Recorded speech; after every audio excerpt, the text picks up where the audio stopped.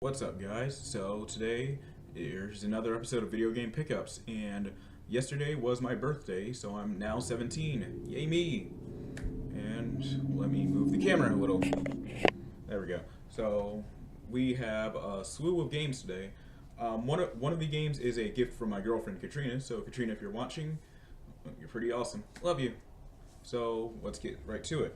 The first game we have here is PlayStation All Stars Battle Royale. And let me tell you, I got this. I got this purely because I was curious, and it was also $10. So how could I say no to that? I was curious as to see how it played in comparison to Smash Bros. And what do you know? It was pretty good. Like everyone says, oh, it's a clone of Smash Bros. I mean, like, come on, man. Like yes, it does play like Smash Bros. And it does have like characters that are exclusive to the PlayStation brand. But still, the game is fun. It has characters from games like Infamous, God of War, Uncharted, Ratchet and Clank. I think they even have Jack. I think they even have a Jack and Daxter in there. I don't know. I'll have to take a look. I They also have. Oh yeah, one unique thing about it is that you can play as Good and Evil Cole from Infamous. However, it's the Cole from Infamous 2, and let's be honest, the Cole from Infamous 1 was kind of bland. Like he had a bland personality and everything. I do like his voice actor in Infamous 2.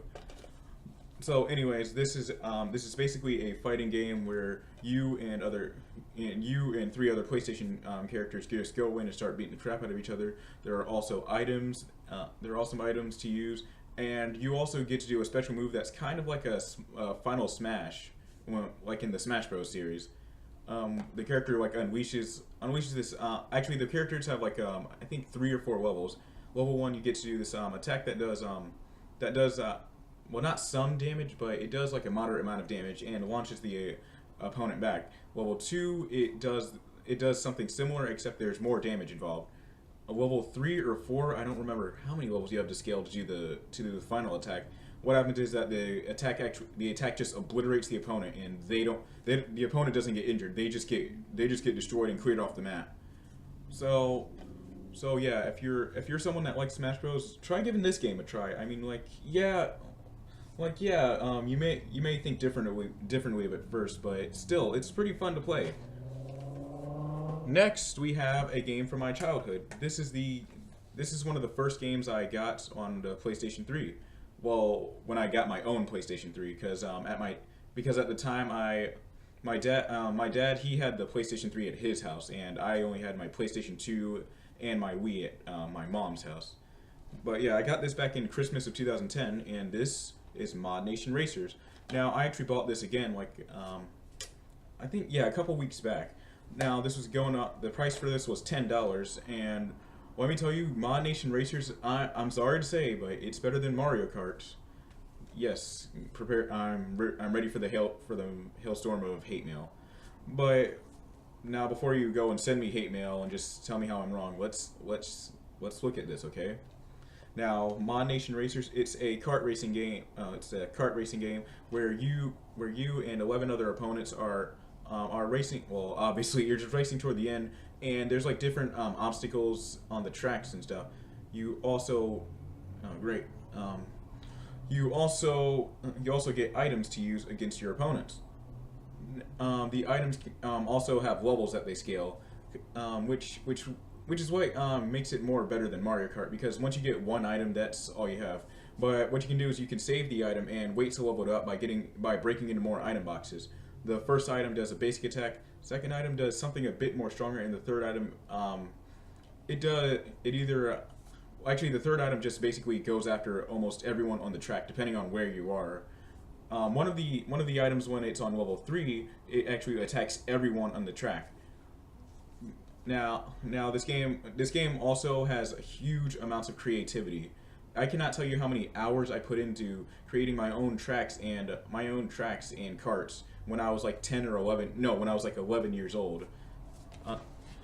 Like Modnation Racers, man, just go out and get this. And you know what? Modnation Racers needs either a remaster or a complete sequel on the PlayStation 4, because it's definitely deserving of one. Now, next is something new. Disgaea IV, and I forgot the name of the subtitle. Disgaea IV: A Promise Unforgotten. This game is a tactical RPG, and as you guys may know, I'm a huge fan of the tactical RPG genre. Now here's the thing, though. I have never owned a tactical RPG on a home console. Most of the tactical RPGs I played were either on emulators on the Game Boy Advance and I'm trying to think of this other console. They were either emulators on the Game Boy Advance or on the 3DS, which includes Fire Emblem and the Devil Survivor games. Anyways, the story of this game, I know it's about some vampire, and let me tell you, the vampire, he is awesome. He is voiced by my favorite voice actor of all, well, my favorite male voice actor of all time, Troy Baker. Like that guy has done so much work. He voiced Snow in Final Fantasy 13. He voiced Booker from BioShock Infinite. What else did he voice? Oh yeah, he also voiced Joel from The Last of Us. There are so many more roles that he's voiced. Like it's almost hard to keep count of.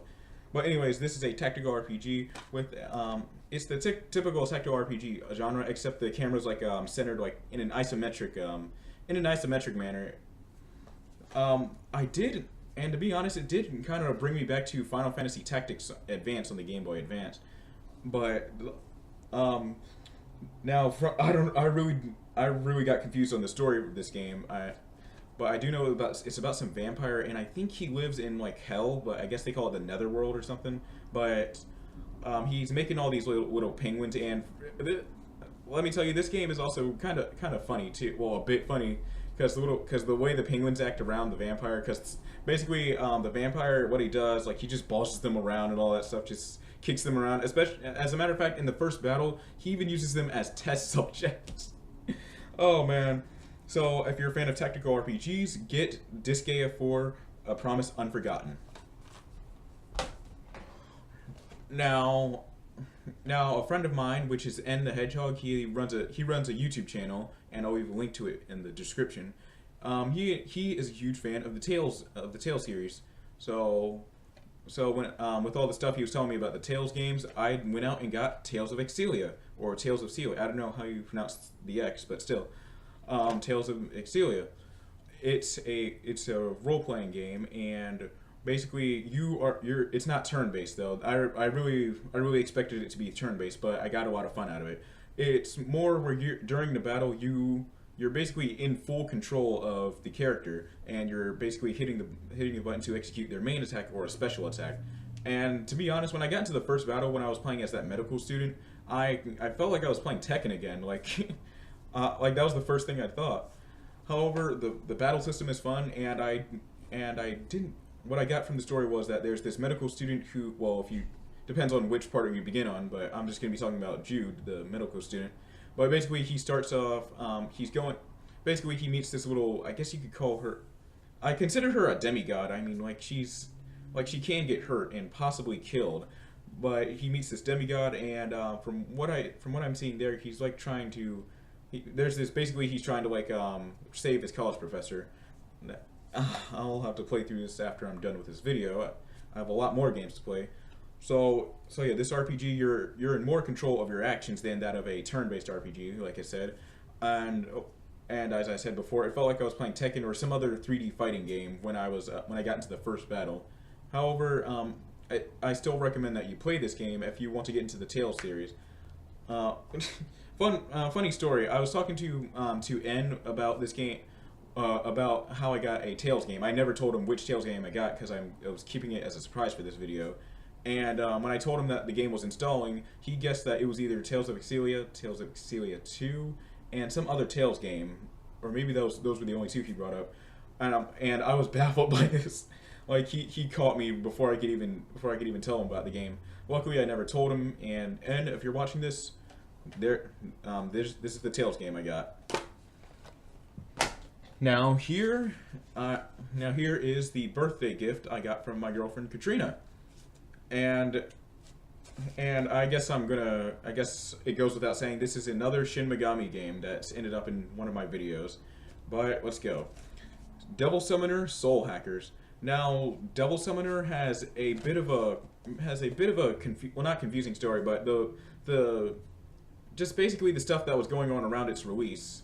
Just bear with me, okay? So, Devil Summoner was actually a sequel to Soul Hackers was a sequel to a previous Devil Summoner game, and it was supposed to come out on the Sega Saturn, and it also came out on the PlayStation 1. When Soul Hackers was released on both those consoles, it never made its way into America at all until the year of 2013 when it got released on the 3DS. So, Devil Summoner Soul Hackers is also using full voice acting too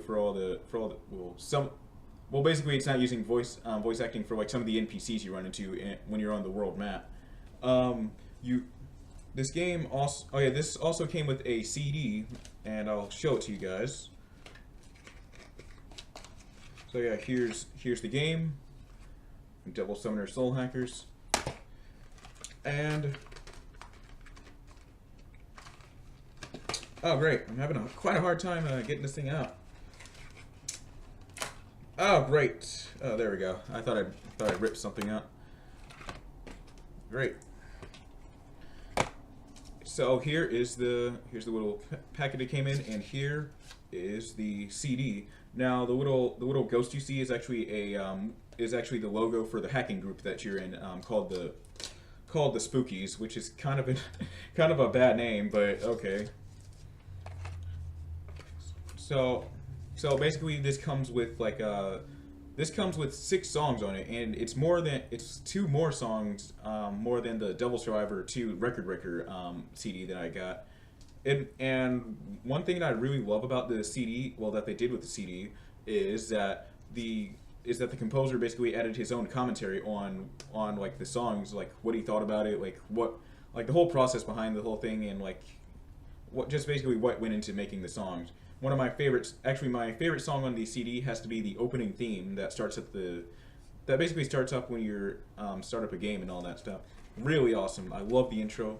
It's on par with Devil Survivor 2 Record Breaker's intro. Okay, we're gonna set that down here. Okay. And yet again, we have another Shin Megami Tensei game. It's Devil Survivor Overclocked. I know what you guys are thinking. James, didn't you show this in your Halloween video where you were talking about games to play for Halloween? And you know what? Yes, I did. However, I didn't do a pickup video on it because on that night I was supposed to hand out candy to kids on Halloween. To kids that were trick-or-treating with my girlfriend. So I was torn between either making a video about games to play for Halloween or a video game pickups video. So I decided to go with the Halloween video, and yeah. So I got this game actually last week, and it's a remake of the first Devil Survivor game that came out on the DS. It has some touched up graphics, and it also has full voice acting on almost all the characters. However, they don't say your name because, well, I guess it would be a waste of time trying to get the game to pronounce your name in a way, especially if your name has like some weird pronunciation and all that stuff. And one thing I also like is how they also made the text much more clear than that on the Nintendo DS, because there have been times where I confused like one letter for another and all that stuff. And really, I'm glad that they touched up on this. And it also, one thing I really love about this remake, it has another chapter, the 8th day. I haven't played the chapter yet because I'm still on like the first day of the game, where all the events occur and all that stuff, where they get those emails. But I'm gonna try to work my way through the game, and it's gonna be hard for me to try and do that when I have to fight Belder, who's that god that's you have. It's a difficult fight basically. I won't even spoil it. But this is an awesome remake of the first Devil Survivor game. This remake came out back in the year of 2011, when the 3DS was sort of. I don't know when it came out during the 3DS's like life cycle. Well, I know when it came out during the life cycle, but I don't remember how many months into it was, basically. I'm making myself look like an idiot now. But I'm really loving I'm loving some of the voice work. Like the voice actor for Yuzu, I kind of would want to replace her. I don't know who I'd replace her with. Laura Bailey, she probably wouldn't fit the role, but just someone that's better, or maybe she could. Actually, no. EO's voice actor probably doesn't even fit Yuzu's voice, but Yuzu. at all, but still someone that could fit Yuzu, because the voice actor for her could use some work. Now the voice for Atsuro, he did a decent job, and the voice for Naoya, amazing. I liked it. His voice is like deep as Vin Diesel's basically. I got a laugh out of that. So if you're someone new to the Devil Survivor games, either get Devil Survivor Overclocked or Devil Survivor 2. Finally, we're coming up to our last game. It's Dragon Quest Monsters Joker, and let me tell you, the main protagonist right here looks kind of like Trunks from Dragon Ball. I'm being serious. Like he looks kind of like Trunks. Just look at this.